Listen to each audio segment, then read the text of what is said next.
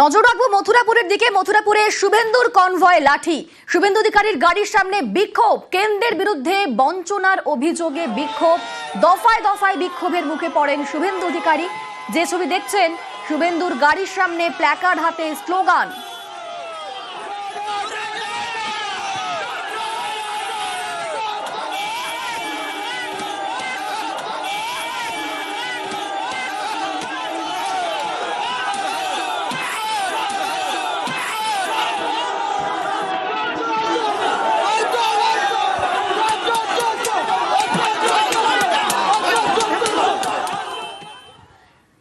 এই মুহূর্তে আমাদের সঙ্গে সরাসরি রয়েছেন প্রতিনিধি আনিসউদ্দিন। আনিসউদ্দিন, শুভেন্দু অধিকারীর সামনে দফায় দফায় বিক্ষোভ দেখালেন বিক্ষোভকারীরা, তবে তাদের কি দাবি ছিল, কেন তারা এই বিক্ষোভ দেখালেন, কি বলছেন তারা?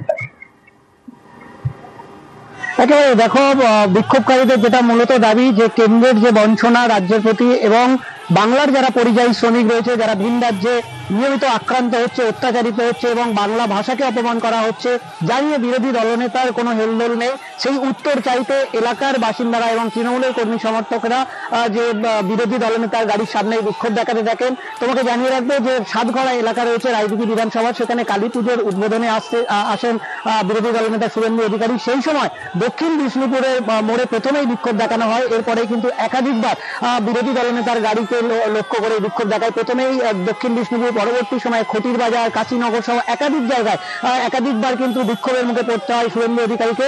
অবশ্য তিনি সাতগড়ার কালী পুজোর উদ্বোধনের পরে শুভেন্দু অধিকারী জানিয়েছেন যে তিনি আজকে কোনো রাজনৈতিক কর্মসূচি নিয়ে আসেননি। আমাদের সঙ্গে তুমি থাকো আনিসউদ্দিন। যারা বিক্ষোভ দেখাচ্ছেন তারা কি বলছেন, আগে শুনি তাদের বক্তব্য। ভারতীয় জনতা পার্টি, বিজেপি পার্টি, ওরা হচ্ছে দিল্লির মসনদে পশ্চিমবাংলার মানুষকে বঞ্চিত করে 100 দিনের কাজের টাকা আটকে রেখেছে, পশ্চিমবাংলার গরিব মানুষের ঘরের টাকা আটকে রেখেছে। তাই জন্য আমরা আজকে মন্দির বাজারে সাধারণ মানুষ, মহিলারা যারা 100 দিনের কাজ করে আমাদের সাধারণ জীবনযাপন চলতো, আজকের আমরা পরিযায়ী শ্রমিক হয়েছি। ওই শুভেন্দু অধিকারী দিল্লির নেতাদের কাছে মানা করে দিচ্ছে যে পশ্চিমবাংলাকে বঞ্চিত করার জন্য, তারই প্রতিবাদে আজকের আমরা পথে নেমেছি।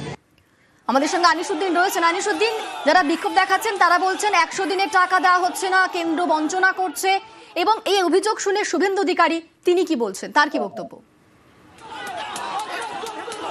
দেখো, শুভেন্দু অধিকারী বিরোধী দলনেতা, তিনি বলছেন যে আজকের তিনি কোনো রাজনৈতিক কর্মসূচিতে আসেননি, তার হাতে কোনো দলীয় পতাকা নেই, তারপরেও তাকে এভাবে বাধার সম্মুখীন হতে হয়েছে এবং তিনি যে বিক্ষোভকারী তাদের উদ্দেশ্যে কিন্তু তিনি কোনো মন্তব্য করেননি। তিনি জানিয়েছেন যে এই একেবারে কালী পুজো এবং জগদ্ধাত্রী পুজোর পরে তিনি আবারও এই এলাকায় আসবেন এবং তখন কিন্তু দলীয় পতাকা। বেশ বেশ, শুভেন্দু অধিকারী কি বলছেন তার বক্তব্য শোনাই আগে।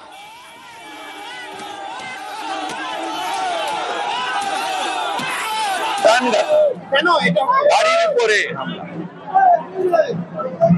জায়গায় করেছে, আমি ধর্ম পালন করতে আসছিলাম, ওগুলো কোনো ইচ্ছে। আজকে 100 দিন কি 200 দিন, আজকে তো আমি এসেছি হিন্দু হিসেবে ধর্ম পালন করতে। আমি কি ভোট চাইতে এসেছি? তাহলে বাধা দেবে কেন? আরে হিন্দুরা পশ্চিমবঙ্গে তার ধর্ম পালন করতে পারবে না।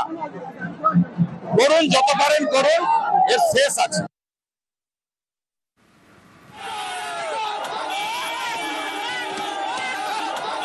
এই মুহূর্তে আমাদের সঙ্গে রয়েছেন তৃণমূল মুখপাত্র অরূপ চক্রবর্তী। আপনাকে নিউজ 18 বাংলায় স্বাগত। শুভেন্দু অধিকারী বলছেন যে বাংলায় হিন্দুরা তাদের ধর্ম পালন করতে পারবে না, এর শেষ আছে, শেষ দেখে ছাড়বে, এমনটাই বলছেন শুভেন্দু অধিকারী। আপনার কি প্রতিক্রিয়া? বাংলায় দক্ষিণ 24 পরগনার মতো আজকে সনাতনী হিন্দুদের জাগরণ দেখলো এবং সেই জাগরণ দেখলেন শুভেন্দু অধিকারী। বলছি কথা, আমাদের যারা সনাতনী মায়েরা তারা জানেন যে আজকে ভূত চতুর্দশী, আজকের দিনে অশুভ আত্মাকে, অশুভ শক্তিকে ছাঁটা দেখিয়ে বিদায় করতে হয়। আজকের দিনে অলক্ষী বিদায় হয়। তো বাংলার অলক্ষী যে বাংলার 100 দিনের টাকা আটকে রাখে, বাংলার মায়েদের ন্যায্য প্রাপ্য আটকে রাখে, তার থেকে বড় অলক্ষী আর কি আছে? তাই একেবারে সনাতনী পদ্ধতিতে বাংলার মায়েরা, বিশেষ করে হিন্দু মায়েরা প্রমাণ করবেন যে তারা সনাতনী সংস্কৃতিতে বিশ্বাস রাখেন। যে অপশক্তি, যে অশুভ অতৃপ্ত প্রেতাত্মা বাংলার গরিব মানুষের পেটে লাথি মারে, সেই অশুভ শক্তিকে ছাঁটা দিচ্ছেন। এটার মধ্যে কোনো রাজনৈতিক দল নেই। বাংলার সাধারণ মায়েরা যারা বাংলার মায়েদের 100 দিনের টাকা আটকে রেখেছে, আবাসের টাকা আটকে রেখেছে, তাদেরকে একেবারে বাংলার সম্পদ পদ্ধতি অশুভ শক্তি বিদায় দিয়েছেন। আজকে অলক্ষী বিদায় হবে, কালকে মালক্ষী ঘরে আসবে। এই বিজেপি বিদায় হলে বাংলা দেখবেন আবার সুজলা সুফলা শস্য শ্যামলা, বাংলা তার নিজের প্রাপ্য বরাদ্দ ফিরে পাবে, বাংলার মায়েদের ঘর আবার শস্য শ্যামলা হয়ে উঠবে। তাই মায়েরা আজকে বিক্ষোভ দেখিয়েছে। বেশ, ধন্যবাদ আপনাকে।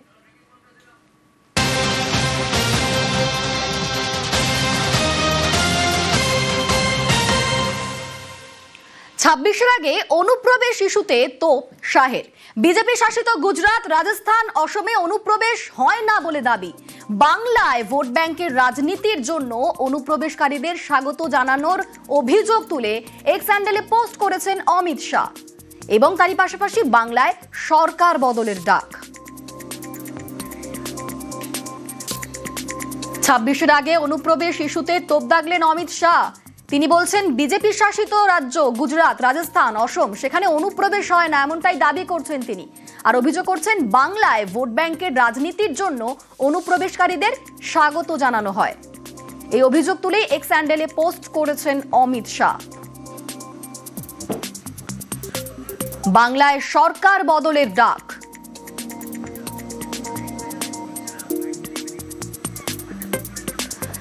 আর গত লোকসভা ভোটে সীমান্ত এলাকায় জয় পেয়েছে বিজেপি, অনুপ্রবেশের লাভ পেয়েছে বিজেপি। সীমান্ত দিয়ে অনুপ্রবেশ হলে কেন্দ্রীয় স্বরাষ্ট্রমন্ত্রীর পদত্যাগ করা উচিত, এমনটাই দাবি তৃণমূল মুখপাত্র অরূপ চক্রবর্তীর।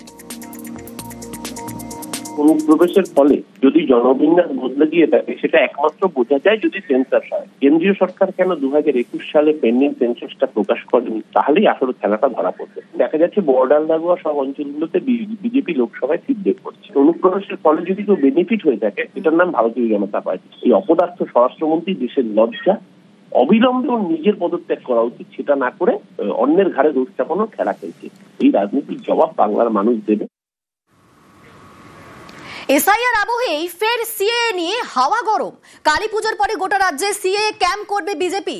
পাল্টা তৃণমূলের কটাক্ষ, এসআইআর এ হিন্দু শরণার্থীদের নাম বাদ যাবে বুঝতে পেরেই সিএএ নিয়ে আসরে নামছে বিজেপি।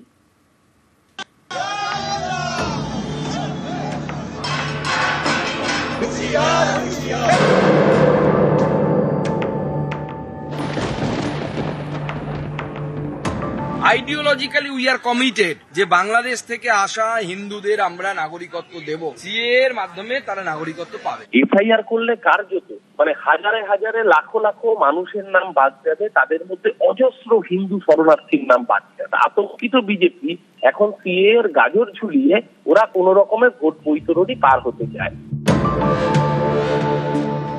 কমাস পরেই রাজ্যে বিধানসভা নির্বাচন, তার আগে চর্চায় এসআইআর। ভোটের আগে বাংলায় ভোটার তালিকার বিশেষ নিবিড় সংশোধন করতে চায় নির্বাচন কমিশন, তার প্রস্তুতিও চলছে। বিহারে সদ্য শেষ হয়েছে এসআইআর প্রক্রিয়া, ভোটার তালিকা থেকে বাদ গিয়েছে প্রায় 69 লক্ষ নাম। এমন পরিস্থিতিতে বাংলায় এসআইআর ঘিরে হাওয়া গরম। তারই মধ্যে বিজেপির মুখে ফের সিএএ এর কথা। কালী পুজোর পরই রাজ্য জুড়ে সিএএ এর ক্যাম্প করবে পদ্ম শিবির। আইডিওলজিক্যালি উই আর কমিটেড যে বাংলাদেশ থেকে আসা হিন্দুদের আমরা নাগরিকত্ব দেব। সবাই তো পালিয়ে আসতে পারেনি, কিছু মানুষ তো পারে থাকতে থেকে গেছে, তাদের কি হবে? আমরা আগামী দিনে শিবির করে ফর্ম ফিল আপ করাবো, প্রয়োজনে সিএএ এর মাধ্যমে তারা নাগরিকত্ব পাবে। সিএএ এর ক্যাম্প পশ্চিমবঙ্গে অনেকে করছে, আমি তো প্রস্তাব দেব তৃণমূলকেও সিএএ ক্যাম্প করার জন্য। এফআইআর করলে কার্যত হাজারে হাজারে লাখো লাখো মানুষের নাম বাদ যাবে, তাদের মধ্যে অজস্র হিন্দু শরণার্থীর নাম বাদ যাবে এবং সেই মানুষের ভোটেই বিজেপির ভোট ব্যাংক স্ফীত। অর্থাৎ আতঙ্কিত বিজেপি এখন সিএএ এর গাজর ঝুলিয়ে ওরা কোন রকমের ভোট বৈতরণী পার হতে চায়। ভোটের আগে বাংলায় যখন এসআইআর ঘিরে প্রস্তুতি তুঙ্গে, তখন বিজেপির সিএএ বার্তা ঘিরে ফের রাজনীতির হাওয়া গরম। নিউজ 18 বাংলা।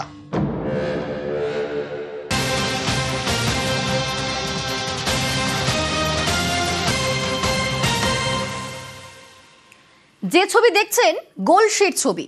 বিধায়কের সামনেই টাকা ভাগাভাগি চলছে, এমনটাই অভিযোগ করছে বিজেপি। সোশ্যাল মিডিয়ায় ভিডিও পোস্ট করেছে বিজেপি।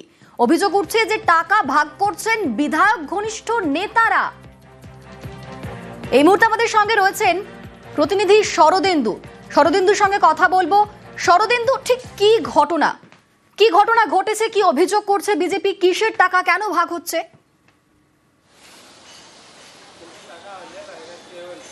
দেখো, দেখা যাচ্ছে যে একটি ঘরের মধ্যে টাকা ভাগাভাগি চলছে। সেখানে উপস্থিত রয়েছে গলসির বিধায়ক নেপাল ঘড়ুই, রয়েছেন গলসি 1 পঞ্চায়েত সমিতির সহকারী সভাপতি অনুপ চট্টোপাধ্যায়, এবং সেখানে রয়েছেন ওই পঞ্চায়েত সমিতির কৃষি কর্মাধ্যক্ষ পার্থ সারথী মণ্ডল।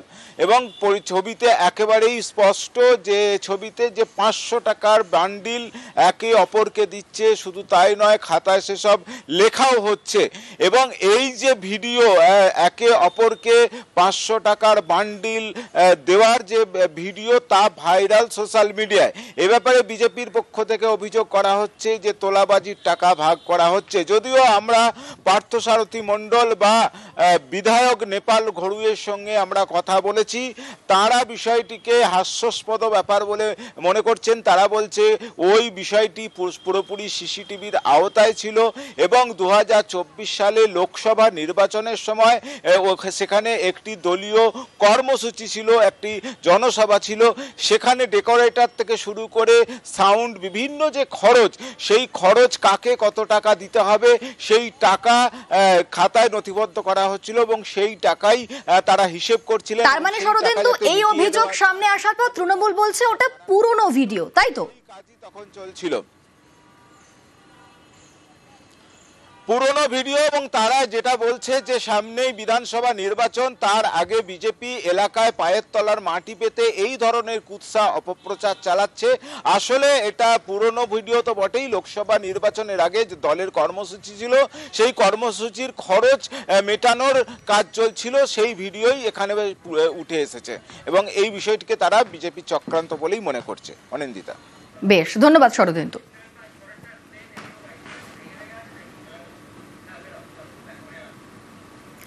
পাহাড়ে কেন্দ্রের মধ্যস্থতাকারী নিয়োগে আপত্তি, প্রধানমন্ত্রীকে চিঠি দিলেন মুখ্যমন্ত্রী। প্রাক্তন ডেপুটি এনএসএ কে মধ্যস্থতাকারী নিয়োগ কেন্দ্রের। পঙ্কজ কুমার সিং এর নিয়োগে আপত্তি জানিয়ে চিঠি। রাজ্যের সঙ্গে কথা না বলে একতরফা সিদ্ধান্ত কেন? ত্রিপাক্ষিক চুক্তিতেই জিটিএ গঠিত হয় বলে সরব মমতা। স্বশাসিত সংস্থা জিটিএর অধিকারে হস্তক্ষেপ বলে তোপ। মধ্যস্থতাকারী নিয়োগে আপত্তি জানিয়ে চিঠি মমতার। প্রধানমন্ত্রীকে চিঠি দিতেই পারেন, কিন্তু এটা ট্রাইপার্টাইট ব্যাপার। ওনারাও তো আলোচনা করেছেন, যখন তো ত্রিপাক্ষিক আলোচনা ছিল। ত্রিপাক্ষিক আলোচনাতে তো কেন্দ্রের একজন প্রতিনিধিকে রাখতে হবে। পাহাড়, দার্জিলিং, এটা তো বাংলার অবিচ্ছেদ্য অংশ। আজকে পাহাড় আর ডুয়ার্স পুরোদস্তুর শান্ত, পর্যটকরা যাচ্ছেন, অর্থনৈতিক উন্নতি হচ্ছে, পাহাড় আবার হাসছে। তো সেখানে কেন কেন্দ্রীয় সরকার নাক গলাতে যাচ্ছে? যেগুলো কেন্দ্রের করার কথা, বাংলার 100 দিনের কাজের টাকা দেওয়ার কথা, আবাসের টাকা দেওয়ার কথা, প্রাকৃতিক দুর্যোগে টাকা দেওয়ার কথা, বকেয়া দেওয়ার কথা, সেগুলো তারা দিচ্ছেন না।